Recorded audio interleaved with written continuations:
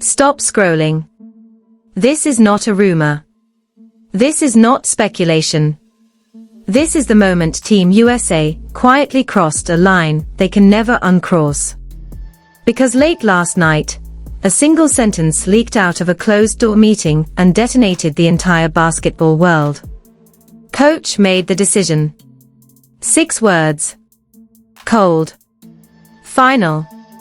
And according to insiders, that sentence ended careers, shattered trust, and ignited a firestorm that USA basketball was never prepared to contain. Phones started buzzing before the sun came up. Agents panicking. Players crying. Veterans staring at their screens in disbelief as their names vanished from internal lists they were once promised they were locks on. This wasn't a cut. This was an erasure. Then the leaks started pouring in. A grainy audio clip. A screenshot of a text that was never meant to leave a private thread. A staffer allegedly saying, "There's no debate. It's already decided." That's when fans realized this wasn't about performance anymore. This was about power. Social media erupted instantly. Twitter turned into a war zone. Fans dragged up old interviews, old promises, old quotes about loyalty and earning your spot. Former players started liking tweets they weren't supposed to touch. Current players went silent in a way that screamed louder than words. And the names being cut. Not fringe players. Not maybes. Icons. Gold medalists. Faces of the program. People who built the machine were suddenly told they no longer fit inside it. USA Basketball hasn't said a word yet. No statement. No explanation. Just silence. And that silence is the loudest thing of all.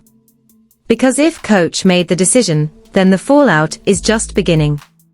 The room went quiet in a way that makes your ears ring. According to someone who was there, you could hear chairs shift, fabric move, a pen drop against the table. No one spoke after the sentence landed. Not because they agreed. Because they understood what it meant. The decision wasn't coming.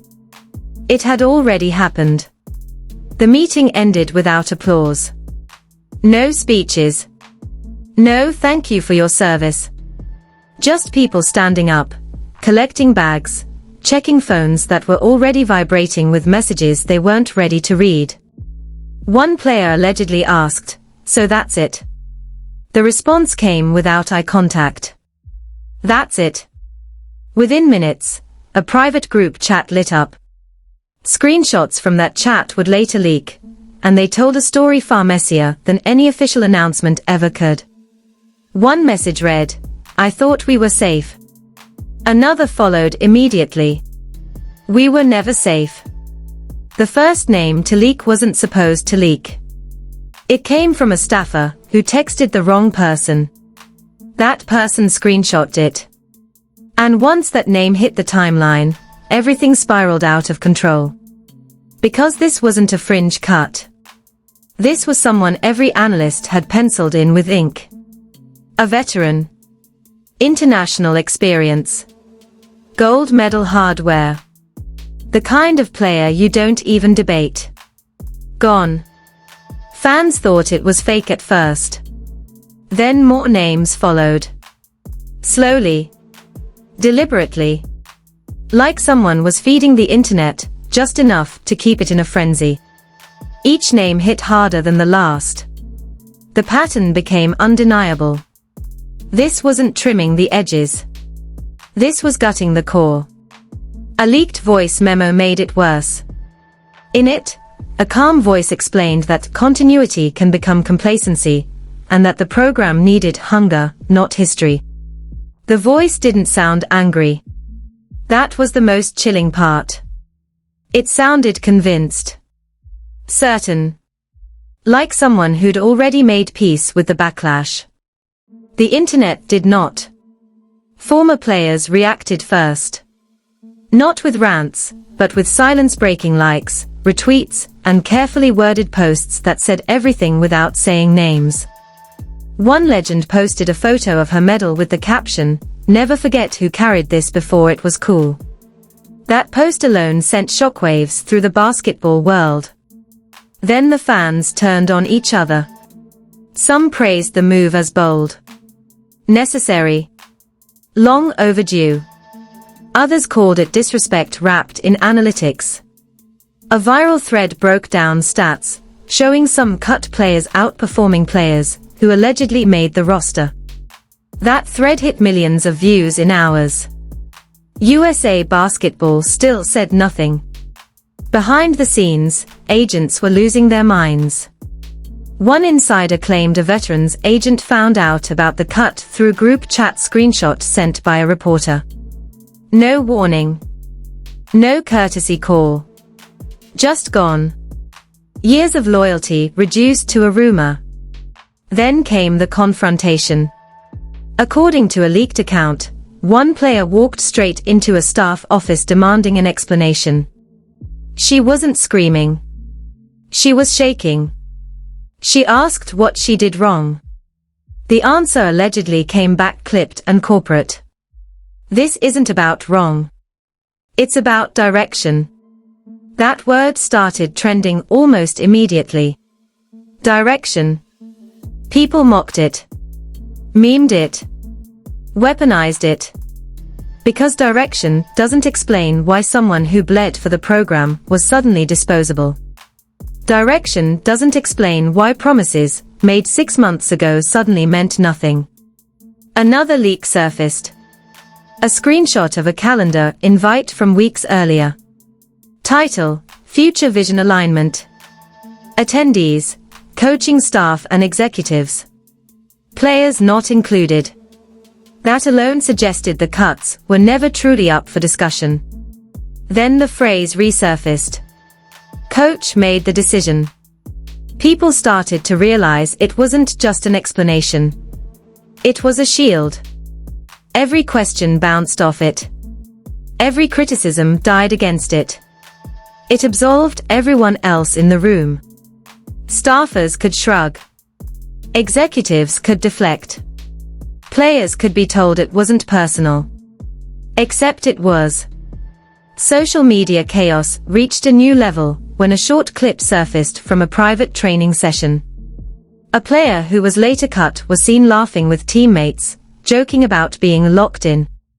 The timestamp showed it was filmed after the decision had already been made. Fans were furious. They felt lied to on her behalf. A former assistant coach went on record anonymously and said something that shifted the narrative again. They claimed the coach believed veterans were too comfortable, and that comfort was a liability in international play. They said the coach wanted fear, edge, something to prove. That explanation didn't sit well. Because fear doesn't build chemistry. An edge doesn't replace trust. Then another name leaked. This one broke people. Someone who had been publicly praised by the program just weeks earlier. Someone featured in promotional material. Someone who had already started planning family travel. Cut. The player unfollowed every Team USA related account within minutes. Screenshots went viral. Fans read it as a statement louder than any interview. Then a DM leak surfaced.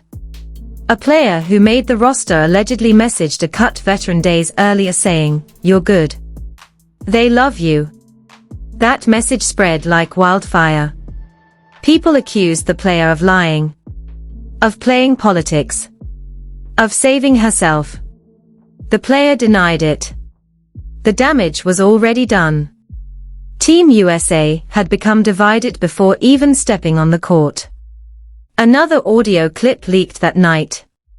Short. Raw. A player crying, saying she felt stupid for believing loyalty mattered. Someone off camera tried to comfort her, reminding her of her career, her medals, her future. She responded quietly, "I wanted to end it here." That line haunted fans. People started asking dangerous questions. If, by the next morning, the conversation had shifted from shock to suspicion. People weren't just asking who got cut anymore. They were asking who knew in advance. Because patterns were emerging, and they weren't accidental. A leaked screenshot from a private staff Slack hit the timeline and changed everything. Time-stamped days before the decision, it showed a message that read, "We need them emotionally prepared for the fallout." Not the players. The staff. The wording alone sent chills through the fan base. Prepared for fallout meant they already knew the explosion was coming. Then another message surfaced from the same thread. Once the list is locked, no more individual conversations. That one line confirmed what veterans had been quietly saying for hours. There were no exit meetings. No explanations. No respect paid in private. Just silence and disappearance.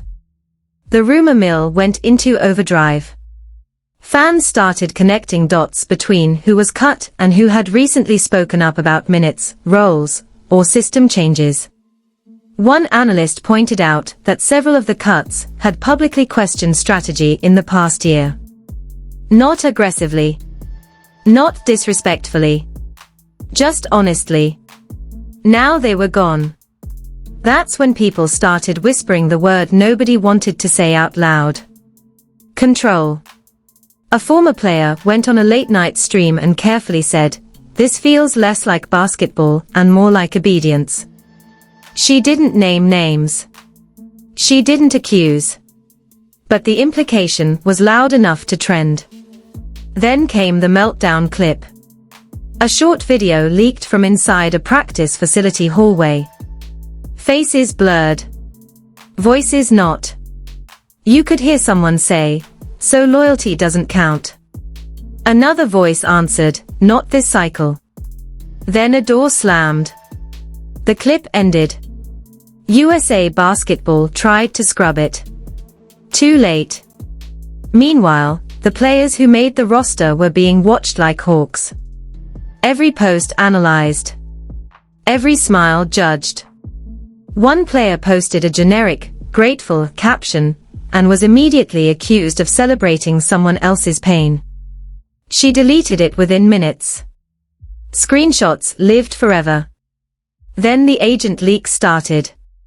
One agent anonymously told a reporter that they were assured their client was safe as recently as 2 weeks ago.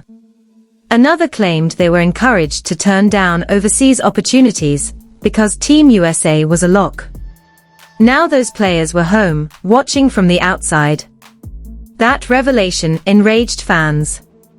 Because it suggested the decision wasn't just ruthless. It was misleading.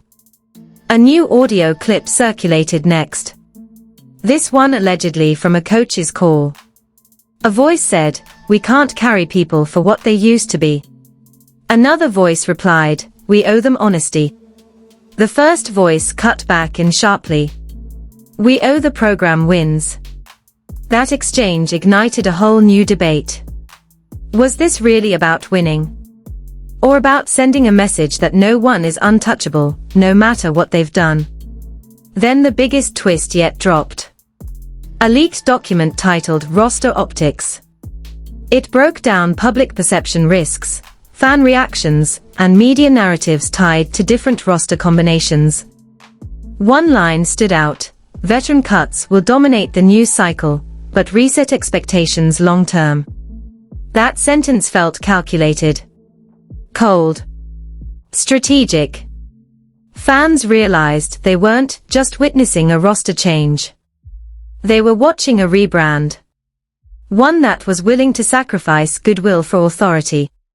Former legends started speaking more openly now. One said on a radio show, "This isn't how we did it. You earn your way in, but you also earn respect on the way out." Another added, "If fear is the culture now, don't be surprised when cracks show." Social media turned into a full-blown war. One side argued this was necessary evolution. That the world had caught up. That sentimentality doesn't win medals. The other side argued that chemistry, trust, and experience are what separate champions from talented collections of players. Both sides agreed on one thing. The handling was a disaster. Then came the betrayal narrative. A DM leak showed a player who made the team reassuring a veteran just days before cuts. The player claimed they were just repeating what they'd been told. Fans didn't care. They saw it as survival at someone else's expense. The comments were brutal. That player went dark. Another player, who made the roster, reportedly confronted staff privately, asking why things were handled this way. According to the leak, the response was blunt. Because we can't afford dissent. That phrase spread like wildfire. Dissent. Since when did asking questions become dissent? A journalist dug deeper and uncovered that the coaching staff had been given unprecedented autonomy this cycle. Less oversight. Fewer checks. More power centralized at the top.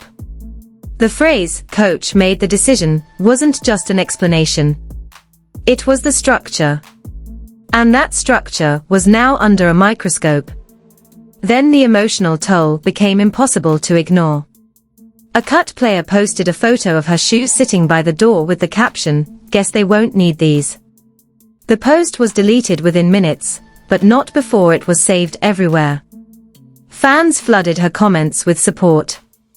Sponsors reached out quietly. The program stayed silent.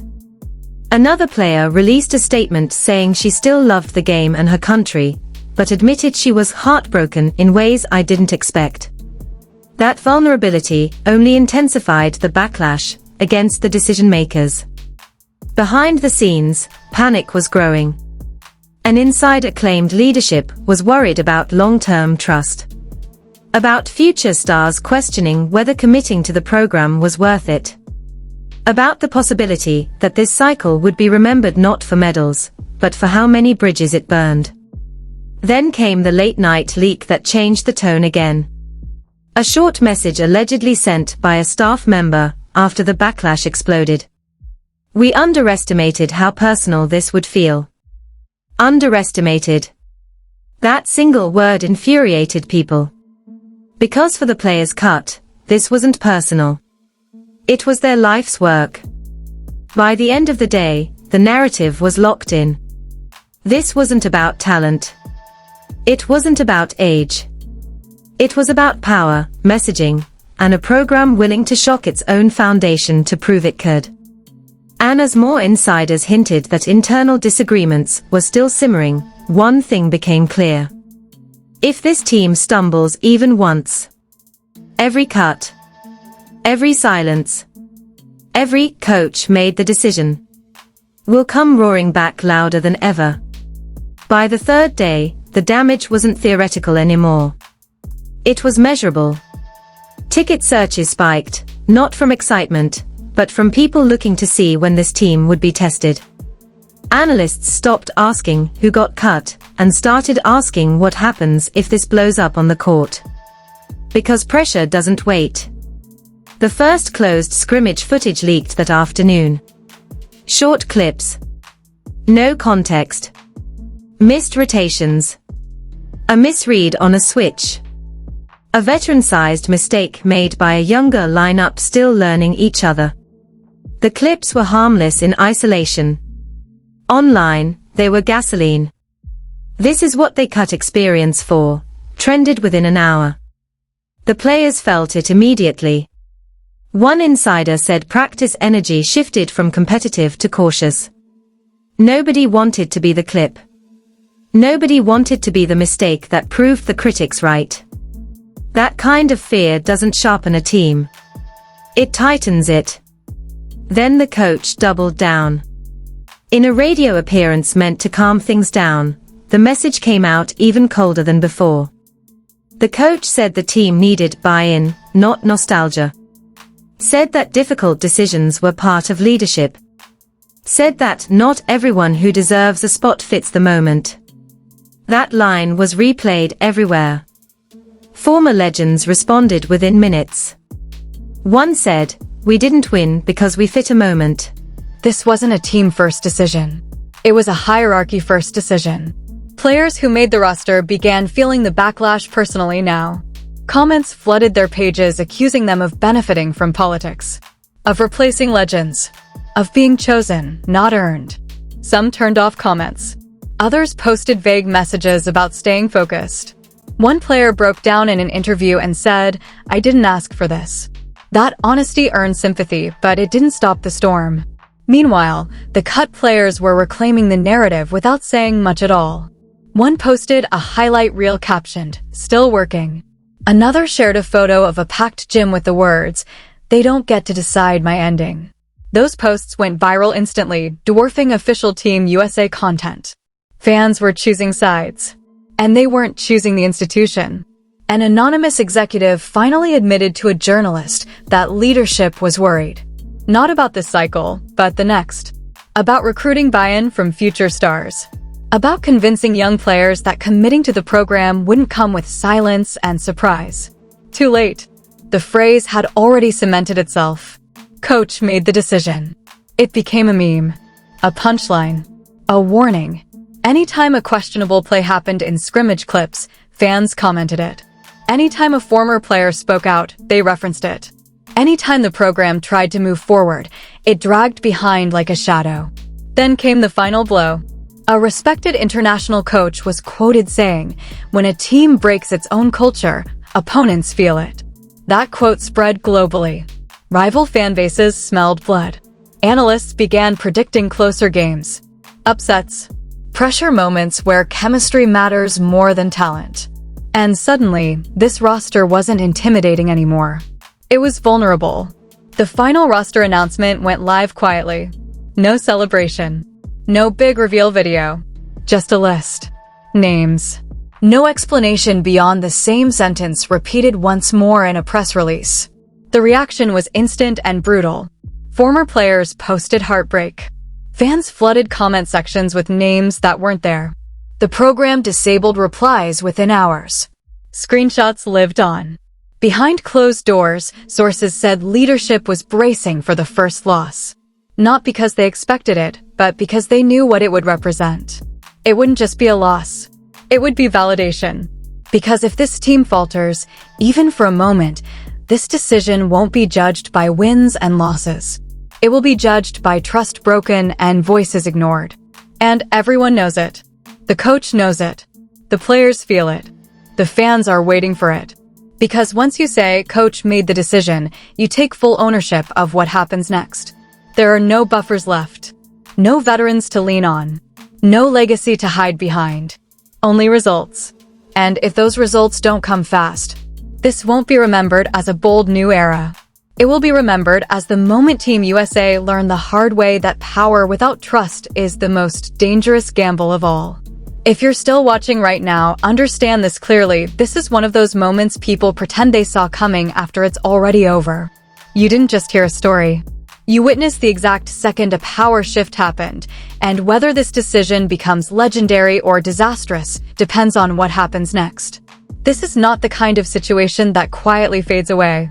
Every game, every possession, every stumble or triumph from here on out will be tied back to this moment. And the people who stop paying attention now will be the same ones scrambling later, asking how it all went wrong or how it all somehow worked. So don't disengage. Hit like right now so this story doesn't get buried while official narratives try to move on. Your engagement keeps the spotlight where it belongs. Drop your thoughts in the comments. Who should have made the team? Who got cut unfairly? And whether you think this decision will age like genius or regret. These conversations matter more than ever. And subscribe immediately. Not later. Not when the first game tips off. Because when the next leak drops, when the first controversy explodes mid-tournament, when a single play rewrites this